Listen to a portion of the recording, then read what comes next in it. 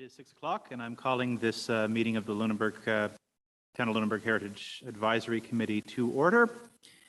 Before we begin, I'd like to acknowledge that we are in Mi'kma'ki, the ancestral and unceded territory of the Mi'kmaq people.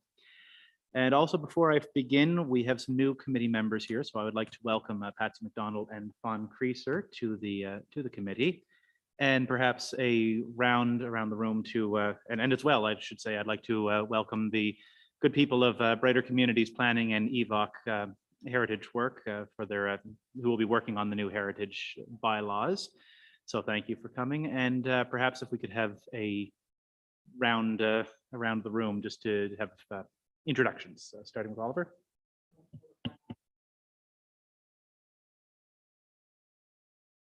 Thank you, and I would also ask if people could use their microphones when they speak. No, that's okay.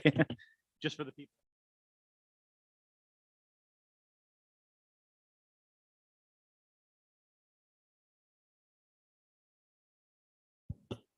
Natalie Irving. I'm a representative of the Lunenburg Heritage Society.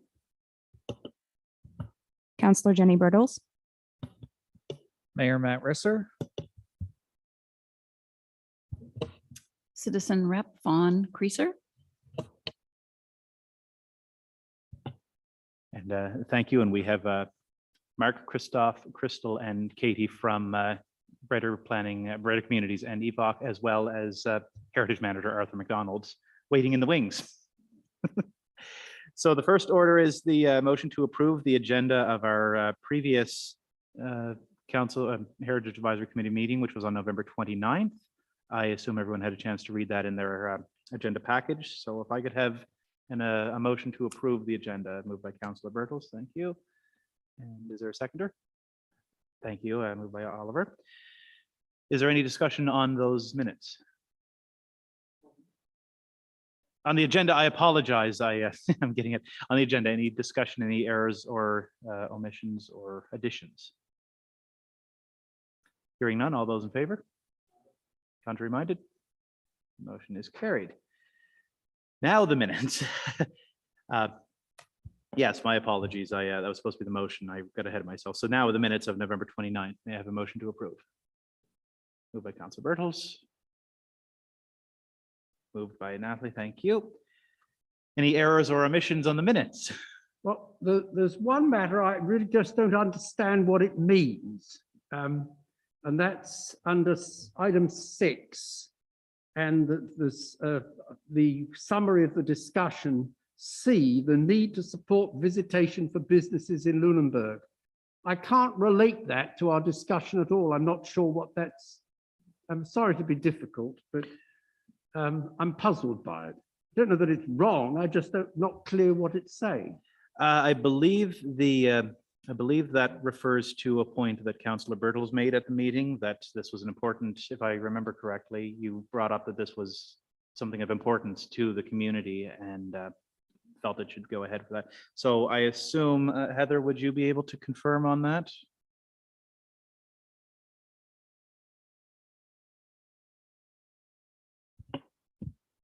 I'm afraid it's not terribly fresh in my mind. I can certainly go back and look at the recording and come back to you.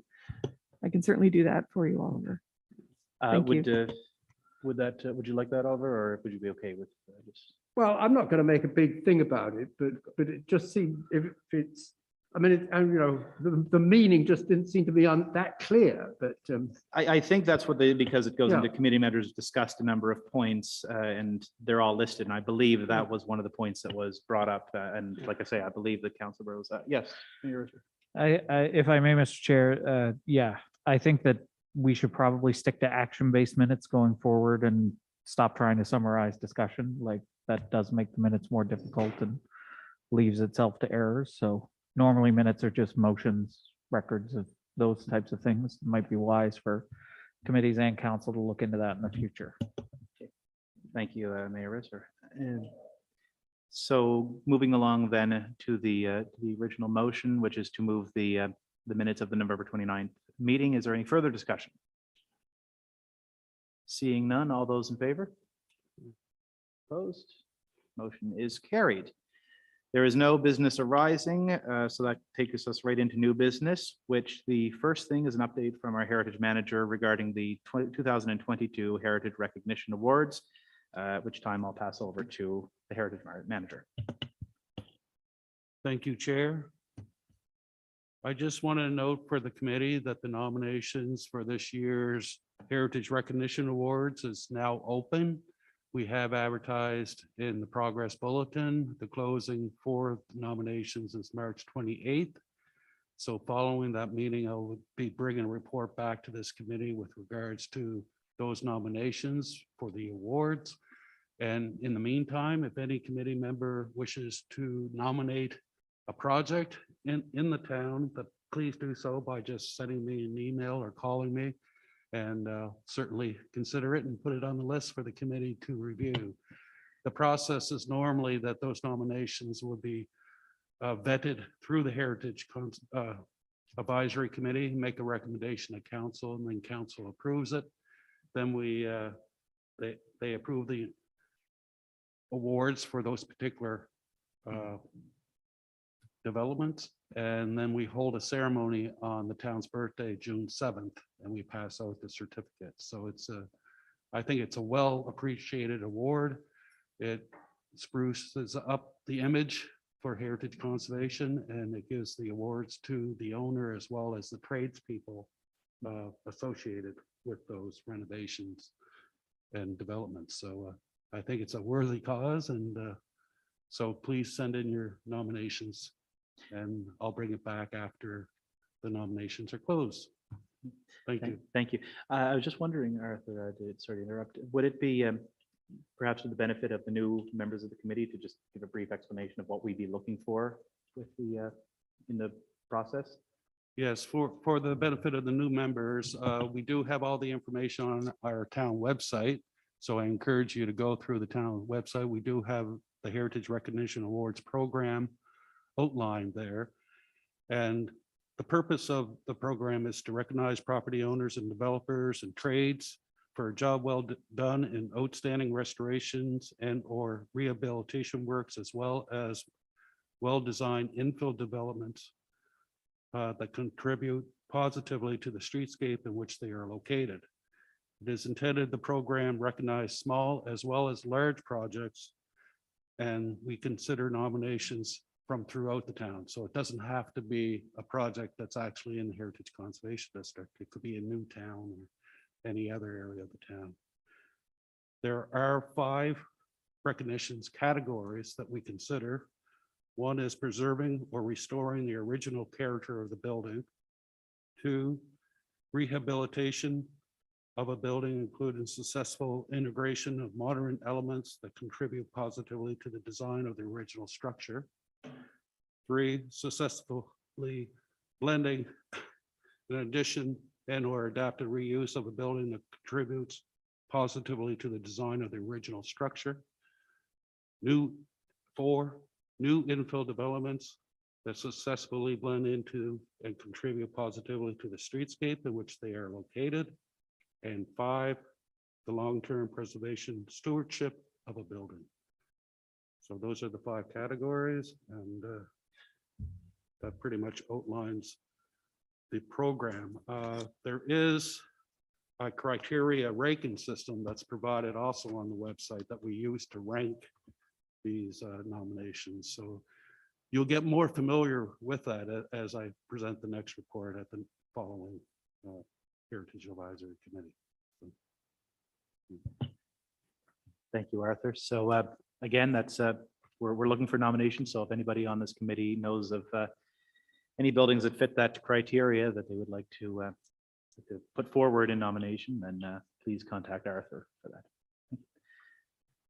So thank you for that. And the next item on here, item B, is the presentation by Brighter Community. So I will very happily hand over the floor to you, and we're all very excited to hear what you say. Thank you, Chair, and we're thrilled to be here. So thank you, committee members. We're looking forward to giving you a bit of a sense of where we are with the project right now. So my name's Crystal Fuller. I'm with Brighter Community Planning. This is Katie Ullman. She is also a planner with Brighter Community Planning, and you may have seen her walking around town today along with Mark Ellsworthy from EVOC, doing our building survey today. And you'll see them tomorrow if the weather's nice. I haven't heard, but I'm really hoping for their sake. It's about 12 degrees and sunny. So Mayor Risser, if you could take care of that, that would be wonderful. And this is Dr. Christophe Rivet. He is also with EVOC, and he and Mark are going to do the bulk of chatting. The way that tonight with you, the way this project is really broken up is Brighter Community Planning is a local planning and engagement firm. So that's the piece of the work that we're really doing. But the experts in heritage are these two gentlemen right here. And we're going to start getting into some of the initial impressions, some of the initial things that we think might be helpful for you to know from the thinking so far.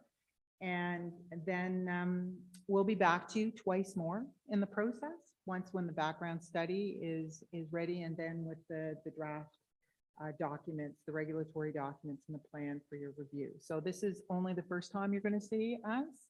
And if it appears that there's a lack of detail, that is exactly the case today, because what we're doing is we've just started so far in this process, what we've done is the background study.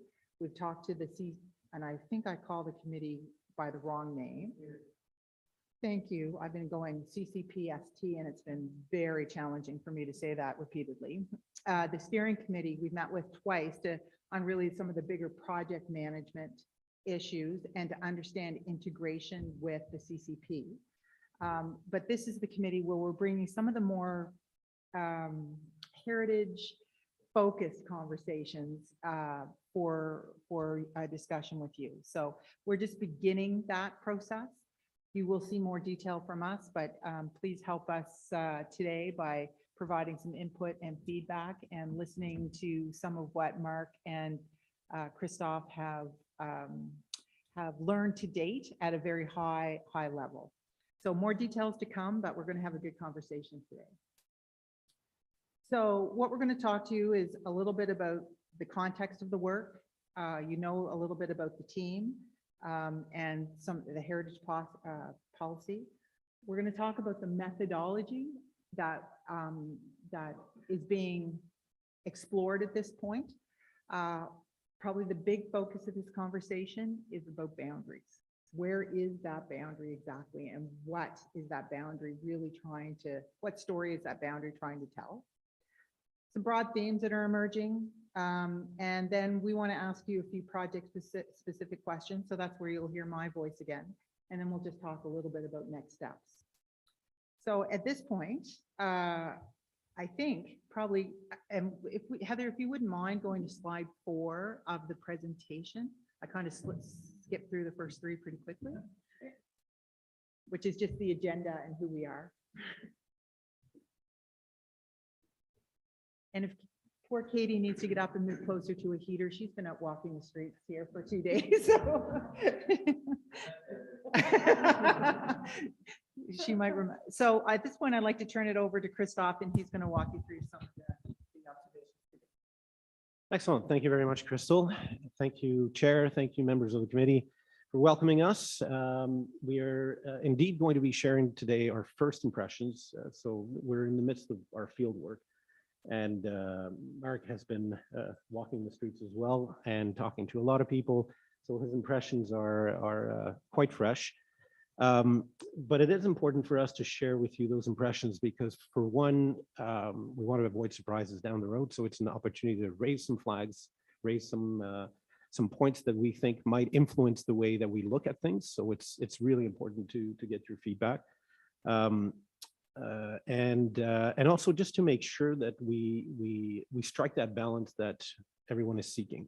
It is quite clear that there's a discussion around the role of heritage and its relationship to the CCP. So we want to make sure that we get that well understood.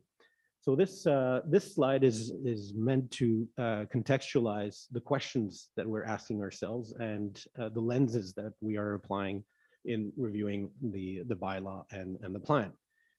one of the complexities of Lunenburg, as you all know, is the multiple layers of recognition. And each one of these layers comes with its purpose and its reason for being recognized. Each level comes also with a different expectation of protection. And that's really, really critical to understand those relationships in order to achieve that balance as well. So the World Heritage Designation is the one that everyone is quite familiar with and talks about.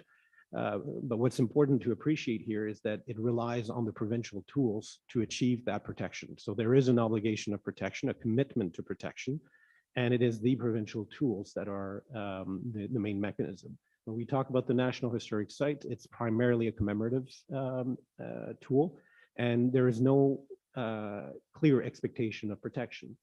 So that's a different way of looking at those values and seeking their conservation. And lastly, the Heritage Conservation District, which is the crux of our project here, is a provincial municipal recognition with a certain definition of what's special, but it is the main tool that allows everything else to be protected.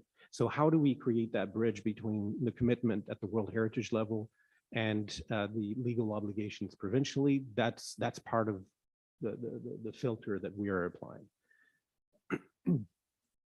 So in terms of, oh, yes, sorry. Yes, force of habit, my apologies. So in terms of that context as well, just to make sure we're all on the same page, the goal of this project is to develop a background study and to review the bylaw. And in terms of updating these bylaws, I've mentioned it already, it is about aligning it with the direction in the CCP. The town has invested a lot of energy and a lot of commitment to that CCP, so there's already a lot to work with. Now, our lens is really to reconcile with these obligations. And in achieving that successfully, we are talking about fostering change that reflects conservation practices and principles. It's not about creating a museum, and it's not about creating a community that's never existed. So this goal is driving that analysis of what works, what should work, what could work in Lunenburg. Next slide, please. So the HCD area should reflect a clear narrative about Lunenburg Old Town. And what we mean by narrative is that idea of value. Why is this so special? So we should be able to articulate it clearly because everything else stems from it. All the conservation tools, all the thinking behind the bylaws will stem from a clear understanding of why this is special. And the HCD area will focus on that provincial sense, but because it serves as a tool for World Heritage, there will be a bridging. There will be a relationship there. The second element of context that's important is, as Crystal mentioned, are the boundaries. They need to be clear and justified because when we review a project, it's either in or it's out. It's either in need to meet those bylaws and the requirements or other tools apply to them. There are many ingredients for the background study that are already there, but there are some gaps. The build form analysis is going to be key to bolstering that background study. So really having a clear picture of those forms and a clear picture of what's out there is a credible foundation for that background study. And it's also going to allow us to really understand the needs for developing relevant policies and guidelines. And the second point, the second important ingredient is that the notion of contributing and non-contributing properties may need to be explored. And what we mean by that is that certain properties, if we define a certain value for the Heritage Conservation District, there are certain properties that directly speak to that value, and there are other properties that don't. And that's going to be part of the mix in looking at how we develop those policies. Next slide, please. So in terms of the methodology, we're following a fairly standard approach to developing these tools. And these 4 bullets are essentially paraphrasing of the provincial requirements. The methodology allows us to identify the properties and the story that ties them together, that idea of value. We will identify the boundary to define the HCD. The methodology also allows us to identify the context, social, economic, environmental, cultural, that might affect the proposed HCD. So in preparing a background study, we are required to analyze the social and economic impacts. So that's what that bullet refers to. And lastly, the relationship with other planning tools. So in a town, there are multiple tools that can be used to achieve a certain purpose. So in this instance, we will be looking at the specific heritage tools and other tools that are being used by the town to govern the evolution of certain areas. So since this is an update, we are building upon the existing tools to assess the gaps, improvements, and strong points. So we're not starting from scratch. But the objective is to ensure that they are efficient and relevant for the town in achieving the conservation of heritage and providing for its residents. And that's what we mean by striking that balance. It's Lunenburg has been known for its being a model for heritage conservation. So this is something that is an honor for the town. And what we need to explore now is how that reputation can continue to exist while growing as a town and providing for the needs of the residents. So largely we are doing research and field work now, and we're getting our hands dirty basically. In terms of that storyline, what I really wanted to emphasize is this idea that the whole is greater than the sum of all parts. So when I mentioned earlier that we have contributing properties and non-contributing, this is the idea that it's not the individual properties themselves that will define the value of the HCD. It's the combination of those that give value. So which is why every time there's an intervention on a particular property that's relevant, it's important to make sure that it doesn't affect the whole. The next slide. I'm sorry. And in the case of Lunenburg, those different parts reflect different programs and uses and stories. So Lunenburg, sorry, the next slide, Heather. So in the case of Lunenburg, there are many activities and many functions that have resulted in different forms. So we need to recognize that in not only shaping that story and bringing it, giving it some sense, but also developing the kind of bylaws that will, and the kind of direction, thank you, that will be addressing the specific problems of the specific types of buildings.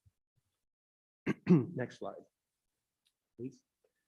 And this is where we're coming to one of the main pillars of our thinking as it stands now.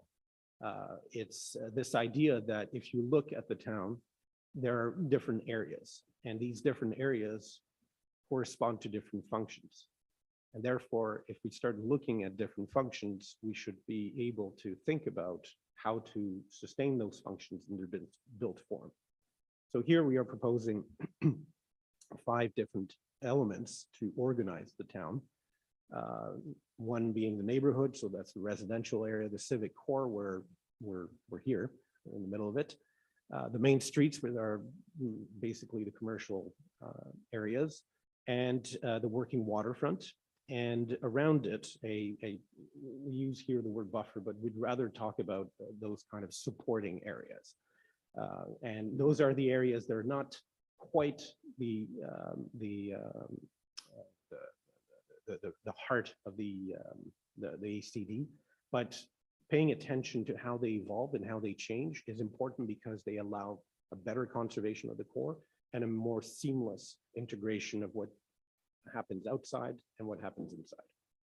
So that's the certain logic that we're pursuing. So they can set the stage for distinct approaches for policies and guidelines. Sorry, the next one. I'm really not going to get to have it until the end of this presentation. Christoph, if I may, you might Yes. just want to clarify. I think that those borders are suggestive and conceptual at this stage. Yes, they they're not. absolutely are. Yes, They're thank you. not. They're not the actual borders you're proposing right now. You're reviewing that. Yeah. Let me thank you very much for that clarification. Let me stress how we're really at the initial stage of thinking and setting the foundation for analysis. But we are sharing this with you at this stage in order to get a bit of your reactions, your impressions, and so on. But to the point of presenting this, it's because it allows us to start identifying potential distinct approaches for policies and guidelines, things that could be different for a commercial area with commercial type properties versus residential areas. But again, all of those parts are important to create that whole that is the HCD. The next one. So this is, well, I mean, this is a blow up basically of the area, and we can use this as a reference point during our discussion. Next slide. So if we're getting into boundaries, the issue of boundaries is critical, as I've mentioned, but there are multiple types of tools that are used here. There's the HCD, the municipal heritage properties, and architectural character areas. And that for us is an important question to consider. Which ones of these tools function effectively to achieve the goals that you set for yourselves? And how do they function together, or do they function together? Are there more effective ways of looking at the questions that you might be concerned with? So this is, at this stage, it's an acknowledgement that there are multiple tools used for similar purposes, and we need to really understand the mechanics of those and which ones function in which way. The second point about boundaries is that typically they're tied to a purpose and to specific tools. So you define a boundary for an HCD because the HCD is the best tool for the type of conservation action that you want to take. Same with an ACA. So in observing boundaries at this stage, because we have so many tools being applied, it's difficult to say this is the boundary of the HCD that's being proposed. The current boundaries, just to stress, you have HCD, you have a National Historic Site, you have ACA, you have municipal heritage properties, and you have a World Heritage Site. That's a lot of boundaries.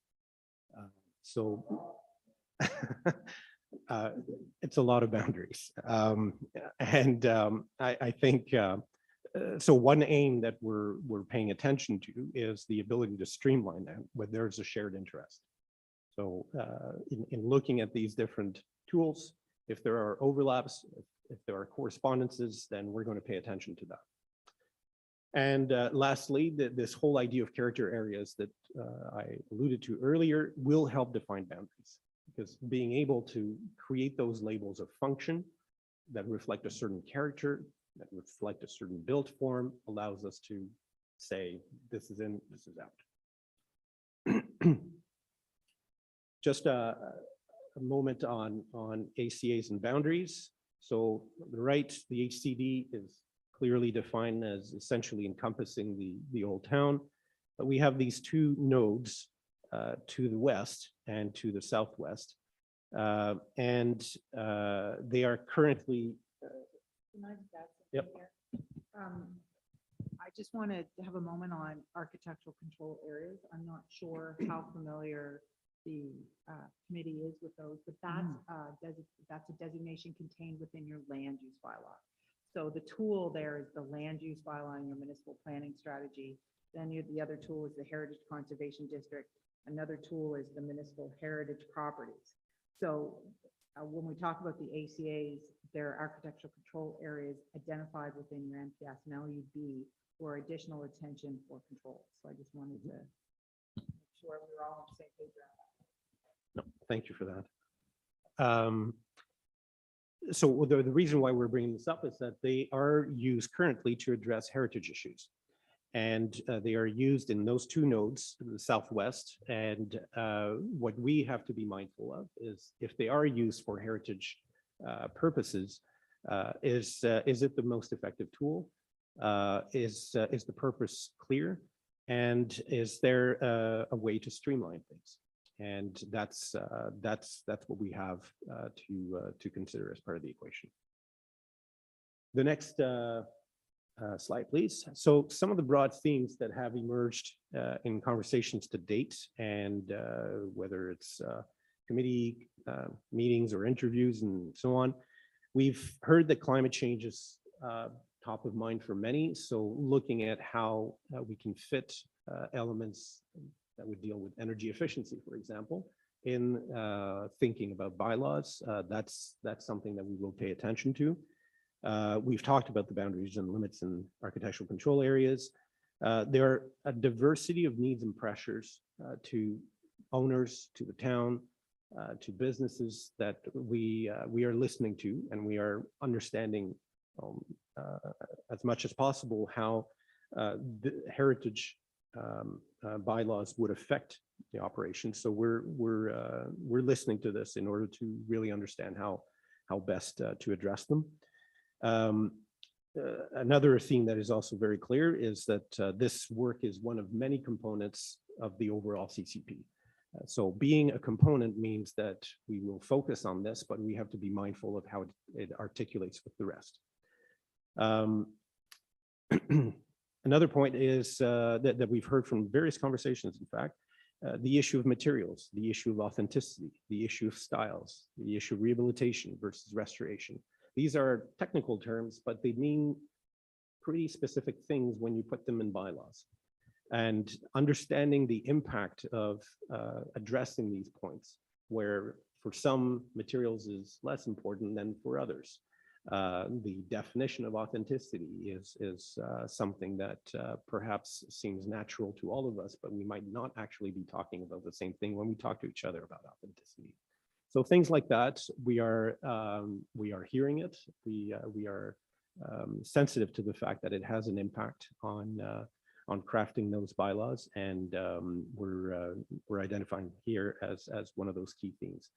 And lastly, built form and land form. So the tools to date focus primarily on built form, but land form is also one of those elements that is typical of Lunenburg. And it has repercussions if we start changing things in those land forms. It has repercussions in understanding the values that we wish to put forth. So this is mainly a point where we're raising a certain awareness that we will be paying attention to land forms as well as part of the thinking. Yeah.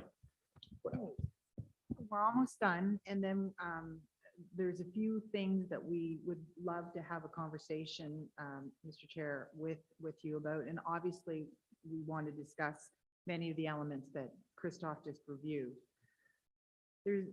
So just to back up for a little bit, the process that we're going through will include the following elements. A built character analysis, is that what you're calling it?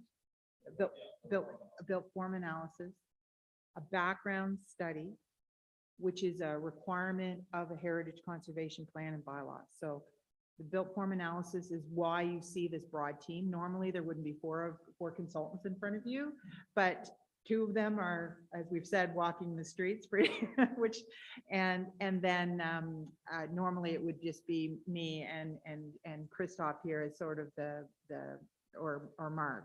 So we're all here today because we're doing that built form analysis. That is going to feed into the background study that ends up going to you and to council and ultimately onto the province. They have to review that and provide comment on the background study. Then the heritage plan and the bylaw come from that background study. And then the municipal heritage bylaw flows from that as well. So that's kind of all the elements that we're considering. So the next step for us is the review that's going on, the walking around, and then drafting up that background study. One of the elements in the background study is about public participation for the approval of it. So we just wanted to have a quick conversation with you just about if there's any input that you'd like to have and what that looks like. There's been so much consultation done here. You've done such a good job of talking to your own community that the intention is not to do a really broad-based one unless some need arises. And there's an example, there could be that, but the intention is not to provide a broad consultation process at this point. I just reviewed with you the sort of the approval process. So that's sort of what we're looking at.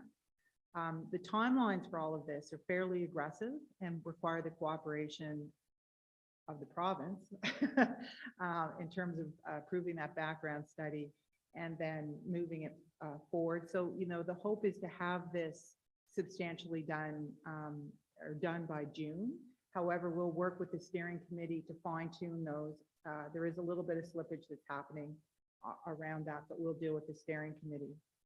And I guess the big question, we have two big questions for you today, really. We'd love to know have a bit of a discussion about those boundaries and what you think of the methodology about having character areas. And then secondly, are there any other issues that you think it's really important for us to be aware of as we go to draft the background study and to do the analysis that we're undertaking for that and ultimately for the plan and bylaw? So I'll say that was a lot of words for me to ask two questions, so I'm sorry. One is, what do you want us to know as we sort of get into our work? And what do you think of our idea for those character areas and the general boundary? So first of all, thank you very much for an extremely thorough and informative presentation. So the floor has been opened to questions. I had Fawn first and then Mayor Risser following, and we'll keep going from there. Thank you. Thank you, Mr. Chair. I'm going to ask some new girl questions. Could I just ask first about your survey that you're doing now around the town? That's a new thing for me. And I know if I was one of the people that you came across on the street, I'd probably be right in there answering the question. So could you just summarize that a little bit? Sure. Well, the last time that there was a complete survey was when Bill Plaskett did it in the 1980s. So while there's documentation on every single property within the Heritage Conservation District, there's not that fresh snapshot of what do we see? What condition are the buildings in? There's been a lot of change in the last 40 years. So we're trying to have that snapshot documentation of what is Lunenburg right now. And then based on that, it will allow us to sort of draw out, you know, what are typical typologies that we see. Some of them will be the same as what was identified before, but there may be nuances and sort of the relationships and clustering of those types of buildings. So the survey is really, we're collecting the data to be able to then compile it, map it out, define what are the types of buildings, what are their features, what are things that we see. We all know about the Lunenburg bump because of course it's world famous, but what other elements are common in the landscape, whether it's windows, cladding, other types of materials. So that's kind of one of the key reasons why we're doing that. And from that, it's a jumping off point to build towards character areas and how they're defined. So I hope that we run into tomorrow because we've a lot of people have been very interested in and everyone is very encouraging and excited about it, which has been a real treat. So hopefully I answered that. Sure. Maybe you could speak. It's okay.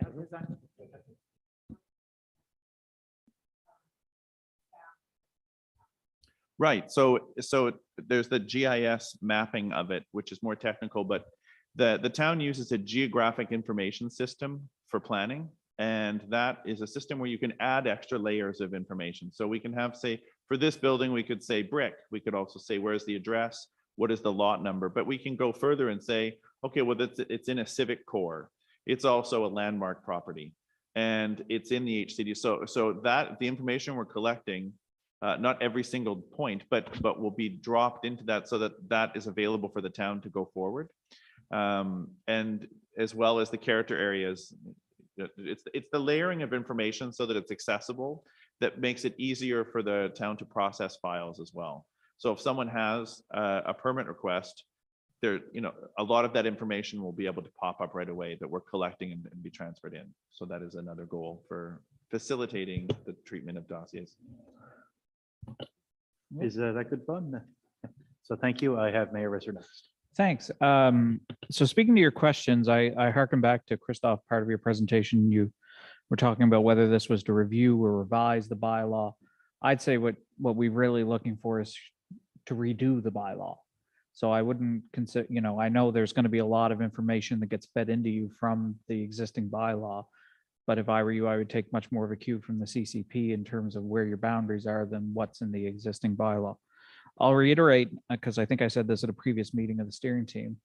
I really like the character areas approach. I know that's consistent, I think, with our existing regulations as well. In terms of the boundaries, there's an element that comes into that insofar as I think we should be thinking about, the boundaries as presented, the character areas as presented seem very focused on the UNESCO district, which is one element.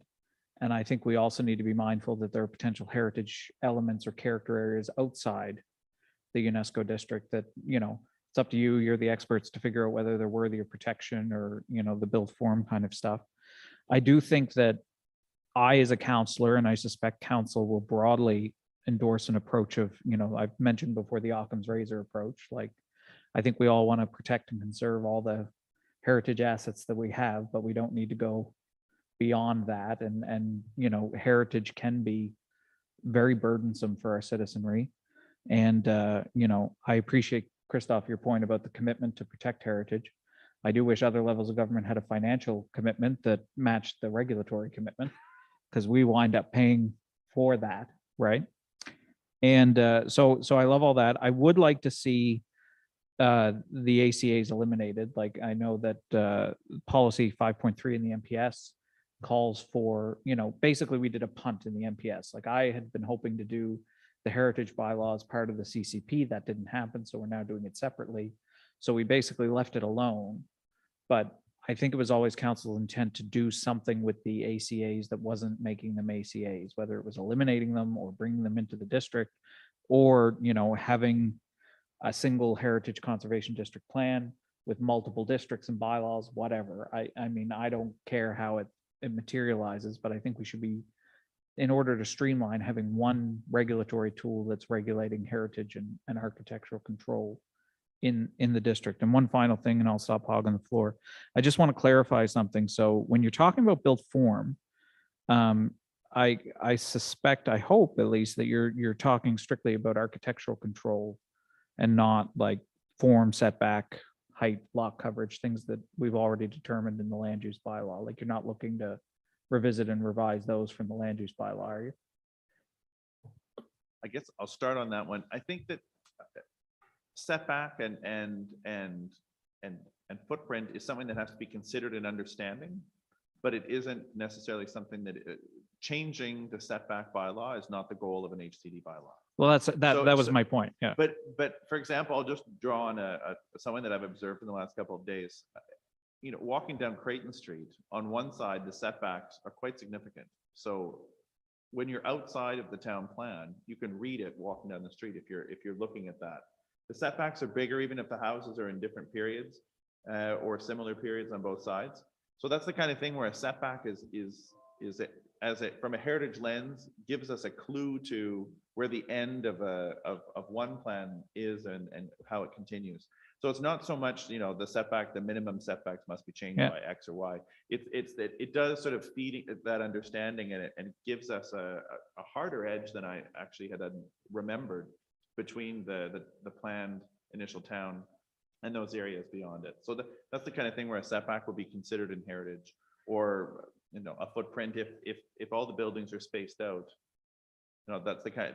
What is the condition that we're seeing, and then what is important to conserve so that we understand. Yeah, and I mean, it's not like we're starting from scratch insofar as heritage was considered and they're in formulating the land use bylaw, right? So that's why we have form zones. Basically, the form zones regulated. I don't know if the borders are all right, whatever, but that's worth. I just want to make sure that we're sticking to what's in scope. That's all. So the idea is it's really that other lens of heritage, rather than, it's not, we're going to reinvent the wheel. Yeah. Or redo the land use bylaw. Well, I'm gonna pin you down on that. Well, the land use bylaw has gone through a completely different democratic process with consultation, with visioning exercises, with looking at what we want the community to be, and that's not what we're not going to that. Yeah. you know, when we look at heritage districts, let's say there's a vacant lot and everything has a 4-foot setback on the street, right? Well, is it, you know, what is the impact? How are you going to evaluate the impact of a 2-foot setback or a 12-foot setback? Well, those are kind of the types of questions. So it's not to say must be, it's to sort of, what are we looking at, or what should be considered? Okay. I hope that answers that. I mean, I might actually jump on that just from a, I think what, and this gets a little bit probably more into a steering committee discussion than it does into sort of the technical pieces of this, but it certainly is the scope of what we've been asked to do also is where we see issues arise, what I've been calling them the chafing issues, to identify those, and those will go to the steering committee if we identify any of those. So nothing's going to come out of the blue. And I think probably the place to have that discussion is probably more the steering committee, if we see any of these issues arise. Is that fair enough, Erica?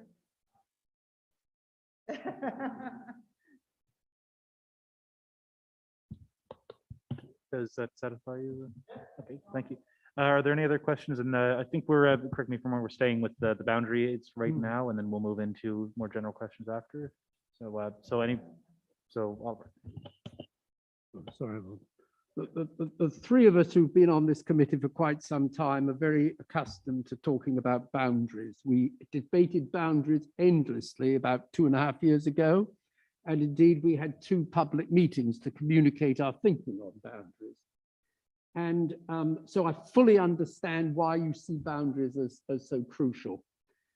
What we concluded then was that having different categories of place was confusing and complex, and it would be much better to try and tie the different types of area together that are potentially controllable together.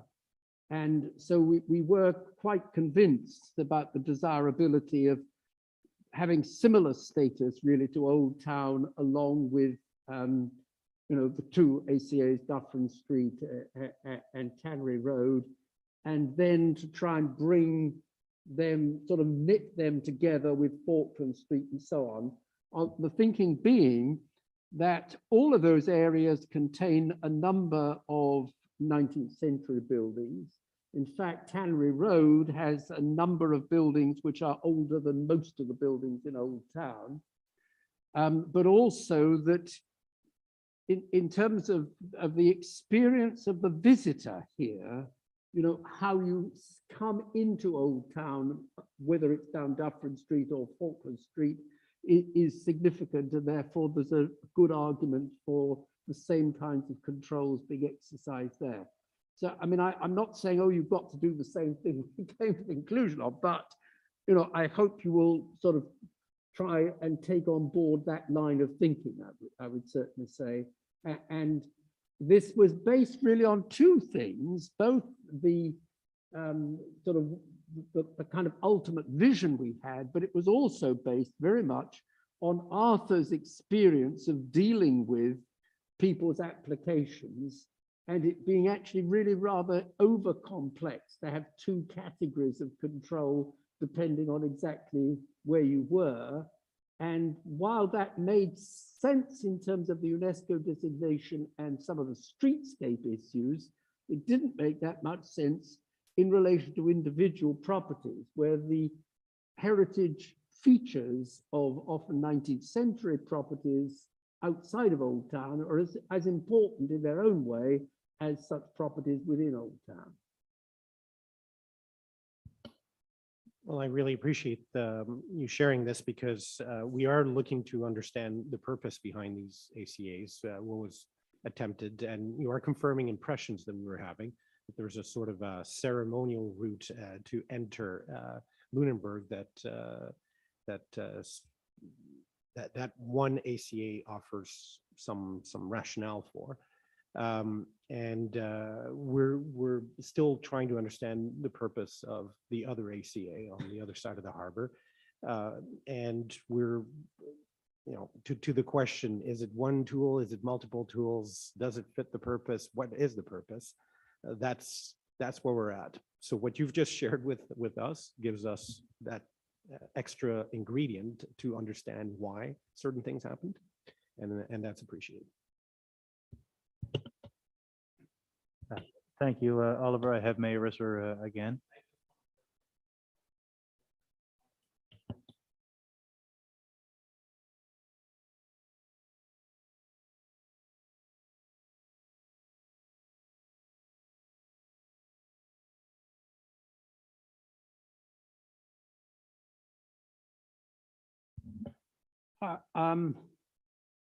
I think, though, now that it's all about 2.5 years ago, we haven't been back to it. I think that Arthur can answer this actually better than I can, but my recollection is that we were trying to get closer to the same situation existing. I mean, getting rid of ACAs as such and bringing them in to have the same category of control as the Heritage District. Yeah.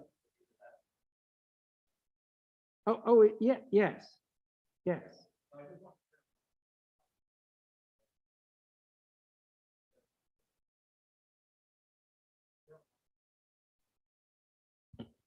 We'll work on that. Yeah. Thank you. Are there any other questions regarding the boundaries?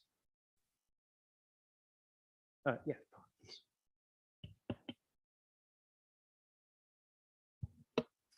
I guess not so much a question as just comment. Just listening to everyone. I'm a renovator, and so I'm a user basically of the system. Plus, I very often work with people. I'm sort of like a translator for people who, want to do something to their home. They're new to the area, especially a lot of people new to the area, and it's very, very foreign and difficult. Luckily, we always have really good staff that are willing to answer questions. And but the whole thing of it's like form versus function, and the whole functionality of the system is just very, very difficult as it stands. So the more you can do to translate, ease people into, assist. It's one of the elements even for people looking to move to Lunenburg that is an issue. Some people, don't buy certain places because they just feel they can't proceed. It's just too complex. Now, for some people, 3 steps is too difficult. And so therefore, lots of times I'm just trying to say, okay, it's just this or it's just that. So that whole thing of boundaries would help, just as we were describing, as Matt was just saying, would help a lot, just in terms of how people look at our community, because a lot of this is big picture stuff when it starts, and the big picture can look very top heavy and overwhelming. Same for tradespeople. There's a lot of translating that goes on these days. So the more you can minimize a lot of that translation.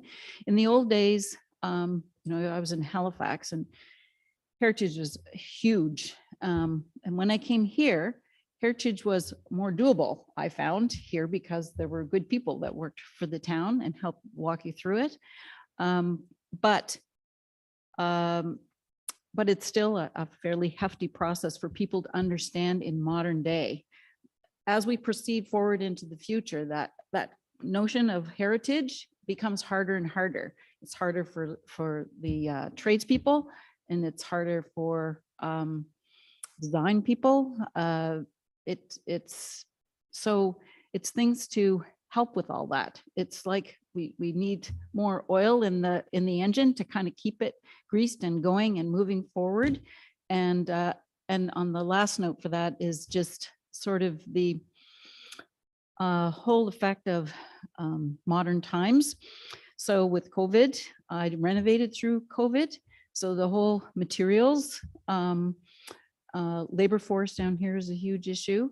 So, so again, the lightning, not that we don't adhere to the principles, because I'm a big believer in that, but it's the way in which then it's formulated in words and processes that people have to follow to keep things going.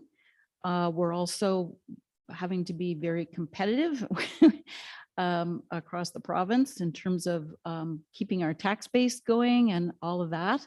So my dream is that we are able to really do a great job with our heritage, keeping, conserving, rehabilitating, all the good words, but doing something to help people to keep on going with that. That's my plea. Thank you for listening. Thank you. I again have Mayor Risser next. Sorry for hogging the floor. To the point about boundaries, one of the things I forgot to raise in my previous comments is I always struggle with discussing boundaries in isolation from architectural controls and levels of control. Because when I look at heritage regulation, those are really the two key pieces. And Councillor, the Deputy Mayor, Mosier and I have been having a 4-year-long debate about this notion of, I analogize it as the boundaries can be broad and narrow, and the controls can be deep or shallow, right? So being Lunenburg, narrow and shallow probably isn't going to cut it. Broad and deep as a legislature isn't going to happen for me anyway. So it leaves us between some sort of combination of either being, narrow and deep or broad and shallow. And how do we figure that out? So, this is more just a comment about trying to discuss this idea of boundaries in isolation from controls, right? Like I could see myself supporting an expansive district if I thought the controls were lighter in terms of, different projects and infill and all that kind of stuff, or seeking to have a really narrow district if I knew the controls were going to be deep. So I don't know that you guys are probably not in that phase of the work yet, but just I think keeping that all in mind as you go forward, that the more the depth of the architectural controls will cause a knee jerk to a contraction in the district or vice versa, right? I think is worth noting. Yes, it is. Which, no, I appreciate that comment. We appreciate that comment because you're right that we're not there yet. Yeah. But we also understand the need to be efficient and relevant. So I go back to those two expressions, which means that the tools that we designed will aim to be as flexible as they need to be where they need to be, and as strict as they need to be where they need to be. Okay. And what that should lead you to do in implementing your authority is to build trust with proponents, with residents, to have a coherent message about what's important and what allows evolution, and those kind of things are pretty important in highlighting how heritage can play a role in the future of a town. This is not going to be a silver bullet. I want to be clear that this is not going to be answering all your desires and questions, but we want to reassure you that we understand the tensions that you have lived for many decades. And this is certainly not a criticism of our predecessors. It's just that things do evolve, and you've learned to live with the tools that you've had, and you have a better understanding of what can work for you and work less. And we're hoping to contribute as well our external experience from outside Lunenburg, from outside Nova Scotia, and perhaps offer different types of ingredients to work with. Well, and I think we're ready to reshape the tools, or at least I am. We heard that. Yes.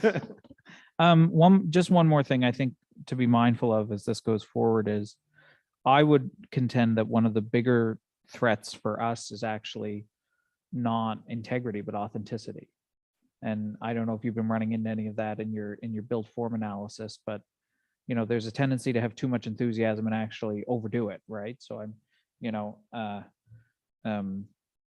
everybody in Lunenburg would understand, I think, that things can't be too different in the district, but sometimes we struggle with understanding that things to be authentic actually shouldn't be too the same as well, right? So I'm just wondering what plan at this stage, and I know it's early stages, do you have to tackle that in the overall level of boundaries and architectural control? Well, I don't know if you'll have something to say, but I'll just say one thing though, is that as part of the values, there is a clear statement around the importance of traditional vernacular architecture and the use of that language in the evolution of the town. So that for us is a marker of authenticity and will help us understand how do you focus on this idea of vernacular architectural tradition. What does it mean? What kind of skills? What are the design expressions that can be interpreted into the future that will make it Lunenburg, but make it evolve? And I think the idea of authenticity is a very, very difficult concept to work with in heritage, but we're looking for those markers. And one of them that caught our attention is this statement of vernacular architectural tradition. And we know that it's rich, we know it's alive, we know that it is being challenged by the availability of skills, materials, like you pointed out. But that's one of the ingredients that makes Lunenburg Lunenburg. It's that architectural tradition. I don't know if you have anything else to add to authenticity. Well, I think, I mean, the standards and guidelines that are used for the conservation of historic places focus on authenticity, and they also focus on a process. So let's say, so I think that there's this, how do we funnel down until we have a project that's actually doable, understandable, and not based on necessarily returning to something that never existed, going the wrong direction because that's more of a personal choice than it is a heritage choice. I think there are a lot of homeowners in Lunenburg, from what I've known. I mean, there's some there are houses that are perfect, right? There are houses and then there are houses where they're lived in and they're not perfect. That itself, the fact that there's a diversity of condition, contributes to the authenticity that we're in an actual town and we're not in Mr. Rogers' neighborhood. So I think they're striking a balance between, I want to throw out my original windows and put in something PVC that has the wrong shape, and trying to coerce someone to restore windows or restore a Lunenburg bump on a house who may not have the means, the interest, who may be living here for 4 years, and then they're going to move. We don't know. Everyone has, there's a different story for every single property in this town, and there will be every year. We can always guarantee that. I'll sign my name on that. So it's that, how do we get from the principles so that like what you were speaking to, when we're on the ground on the project, it's clear where are things tough, we keep what's real, we keep what has value, and we allow that change to happen in a way that's compatible, but not necessarily a cookie cutter or the goal of perfection that never existed. But then that's something that we have to be conscious from a philosophical point of view when crafting the background study and the policies. Yeah, no, I appreciate that. It is sometimes harder to grasp that Disneyfication is as big, if not a bigger threat than, differentiation. Yeah, if you can't understand where we are, then who is one? Yeah. Nobody. Thank you. We have Oliver next. Just pick up on what the mayor was saying about the relationship of boundaries and controls. It seems to me that there is certainly a case for a greater degree of control about infilling and ancillary buildings and so on within Old Town than in the more outer areas. Very early on in the time that I was on the committee, I remember we had made a site visit to a house on Dufferin Street. There were, as I recall it, there were two things the owner wished to do. One was to make a relatively modest alteration in a window on the ground floor on the back L of the house. And they were also wanting, I can't remember now whether it was to adapt or construct, but it was an ancillary building, it was garage or shed or something. And I remember thinking, this really is crazy that we have to go through all this for this person, because actually you couldn't from the street see either of the place where they were going to build the other building or the window. And I was stood there thinking, you know, it was perfectly justified to make all these requirements in Old Town. On the other hand, you know, if they'd wanted to do something wild to the main frontage of this 1880s house, if I remember rightly, you know, that you see on Dufferin Street, well, of course, it would make sense that the controls there were just as strict as they would be, you know, 200 meters from this building here, right in the heart of Old Town. Somehow we need to build that possibility in. I think. Well, I'm just gonna hog the floor now too, because I love doing that. So it's interesting, the architect, that Dufferin Street, we've heard from one or two people that it's actually harder to do a project in Dufferin Street than it is in the heart of Old Town. And that was surprising, because that is something that you know, that's what you know from working on the ground, and that's not necessarily what you know from reading. And I found that very interesting. And so what you're saying confirms that. I'm wondering if I can throw out a new concept. Instead of, is there a supporting role that things play versus, you know, a core role? Because you mentioned Dufferin is an entryway, it's an extension, it's how we get in. So it's not Old Town, but it's part of how you arrive. So is its role supporting rather than of? Does that make sense? Yes, I mean, that is odd. I mean, yes, it is a supporting role, but I think there's also the fact that, I mean, and a significant number of the individual houses on Dufferin Street, and the same thing is true of Falkland Street, which at the moment is not under any control. You know, I mean, a lot of them are of similar date to many of the houses in Old Town. And in terms of a total impression of feel of the town, those areas are actually almost as significant as Old Town. And actually going back to the real core of how we got the UNESCO designation, it wasn't about the buildings themselves, it was about the 14 lot blocks and all of that. I mean, it was and the fact that, you know, British surveyors in the 1750s came with their equipment and totally ignored that there were hills and just mapped it all out, you know, like farmland in southern Ontario 50 years later.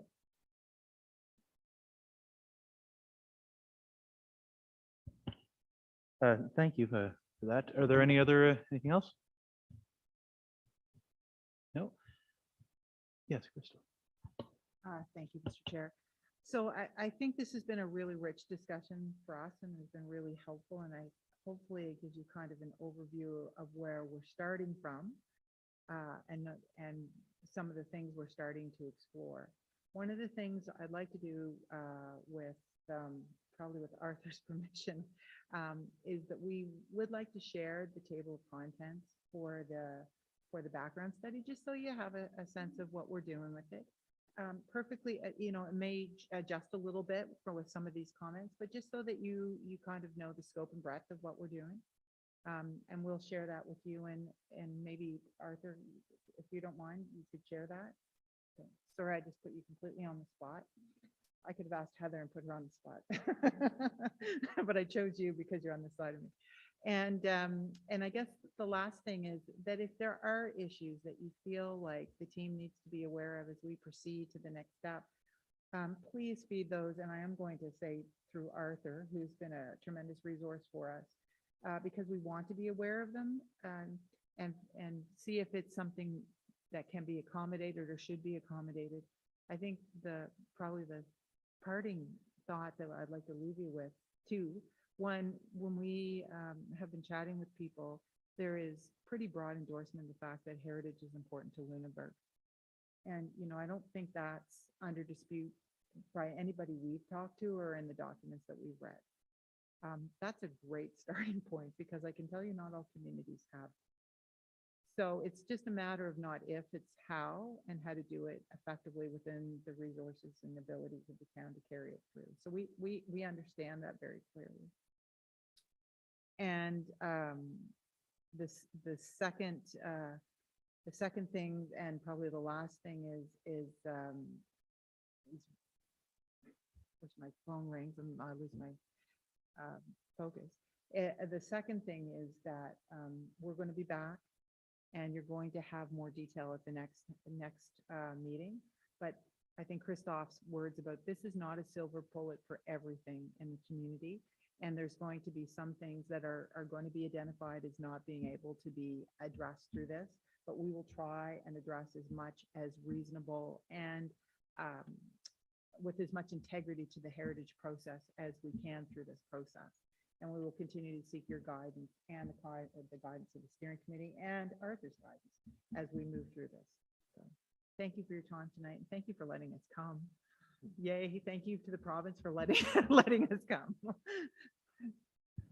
Well, the pleasure is all ours for sure. We thank you so much for the presentation, and it's been excellent, and we look very much forward to working with you all over the coming months. For sure.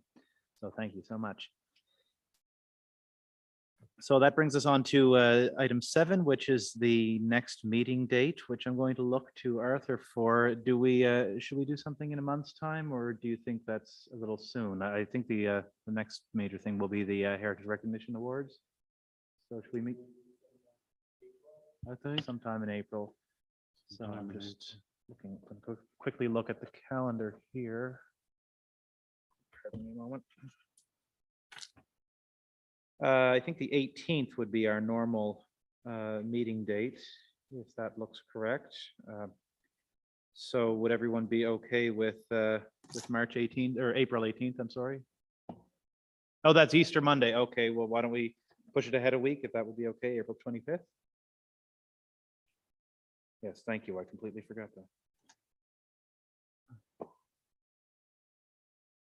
And if everyone's okay with that, we'll leave that in. And with no further business, I call the meeting adjourned.